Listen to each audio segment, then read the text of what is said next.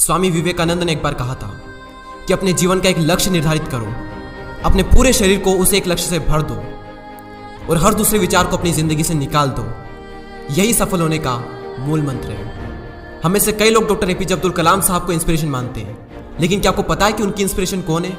स्वामी विवेकानंद। और सिर्फ यही नहीं, बल्कि निकोला टेस्ला, सुभाष चंद्र बोस, लाल बहादुर शास्त्री और भी कई सारे से लीजेंड्स हैं जिनकी इंस्पिरेशन स्वामी विवेकानंद है।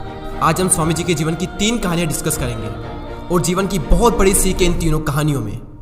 पहली कहानी, एक बार स्वामी जी को नदी पार करना था और वो नदी के पास में खड़े थे। तभी एक साधु ने आकर उनसे पूछा, क्या आप ही स्वामी विवेकानंद हो? स्वामी जी ने जवाब दिया कि जी हाँ, मैं ही स्वामी विवेकानंद हूँ। तभी साधु ने पूछा कि स्वामी जी, आप यहाँ पर क्या कर रहे हो? स्वामी जी ने कहा कि मुझे नदी पार करना है और मैं नाव का इंतजार कर रहा हूँ। तभी साधु ने कहा कि तुम इतने बड़े इंसान हो, कई सारे लोग तुम्हें अपनी प्रेरणा का स्रोत मानते हैं और तुम एक नदी पार नहीं कर सकते।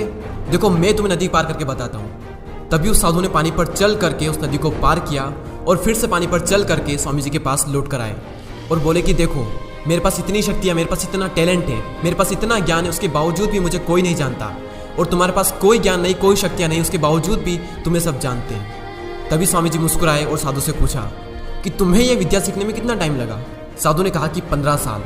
इतने में स्वामी जी की नाव आ गई और स्वामी जी ने साधु को नाव में बैठाया और वहाँ से चल दिए। दोनों ने नाव में बैठकर नदी पार की और पार करने के बाद स्वामी जी ने अपनी जेब से 1 रुपया बाहर निकाला और उस नाव वाले को दे दिया। यानी कि दोनों के मिला के 50-50 पैसे यानी 1 रुपया उन्हें दे दिया। तभी स्वामी जी ने साधु से कहा कि जो काम तुम 50 पैसे में कर सकते थे, उसके लिए तुमने अपनी जिंदगी के 15 साल बर्बाद कर दिए। और अगर यही 15 साल तुम समाज की भलाई में लगाते तो आज तुम्हें भी पूरी दुनिया जानती। और मैंने यही किया, इसलिए मुझे पूरी दुनिया जानती है और तुम्हें कोई नहीं जानता। और स्वामी जी ने साधु से कहा कि तुम्हारी तरह कई सारे लोग ऐसी चीज़ों में अपने दिन, हफ्ते, महीने, साल लगा देते हैं जिनका उनकी ज़िंदगी में कोई मतलब नहीं निकलता। इसलिए अपने टाइम को ऐसी जगह पर लगाओ जहाँ पर उसका एक्चुअल में कोई सेंस निकले, क्योंकि टाइम से बढ़कर इस दुनिया में कोई भी इंपॉर्टेंट चीज़ नहीं है। अगर समय बर्बाद तो जिंदगी बर्बाद।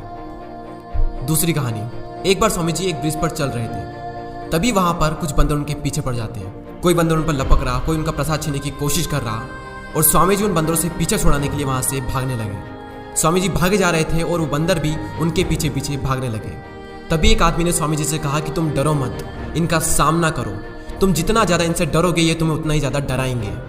तभी स्वामी जी पीछे मुड़ते हैं और आंखें निकाल कर उन बंदरों पर जोर से चीखते हैं और तभी सारे बंदर वहाँ से दुम दबाकर भाग जाते हैं। और उन्हीं बंदरों की तरह होते हैं हमारे नेगेटिव थॉट्स, जिनसे हम डरते हैं। और जितना ज़्यादा हम इनसे डरेंगे ये हमें उतना ही ज़्यादा डराएंगे।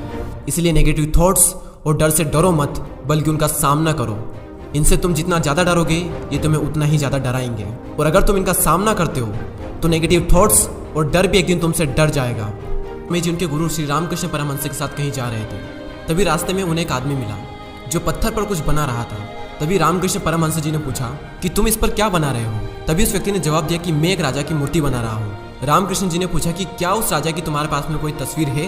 तभी उस मूर्तिकार ने कहा कि नहीं, मेरे पास उनकी कोई तस्वीर नहीं है। तभी रामकृष्ण जी बोले कि अगर तुम्हारे पास उनकी कोई तस्वीर नहीं है तो फिर तुम उनकी मूर्ति कैसे बना सकते हो?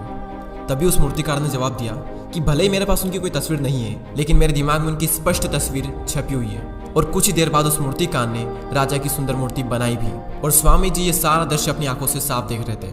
और तभी उन्हें अपने कुछ सवालों का जवाब मिल गया कि अगर कोई भी इंसान अपनी जिंदगी में कुछ भी पाना चाहता है तो उस मुकाम की या फिर उस चीज़ की तस्वीर उसके माइंड में एकदम क्लियर होना चाहिए।